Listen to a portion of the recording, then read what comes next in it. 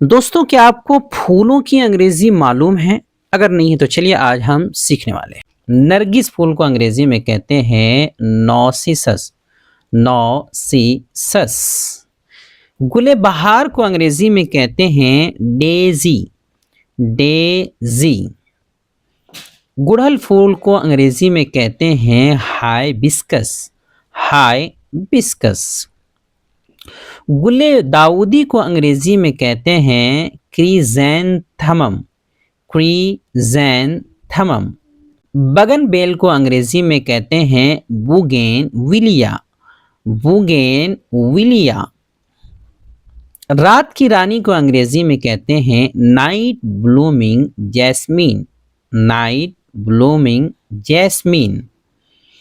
नीलोफर को अंग्रेजी में कहते हैं वाटर लिली, वाटर लिली। तो आपके लिए एक जबरदस्त खुशखबरी है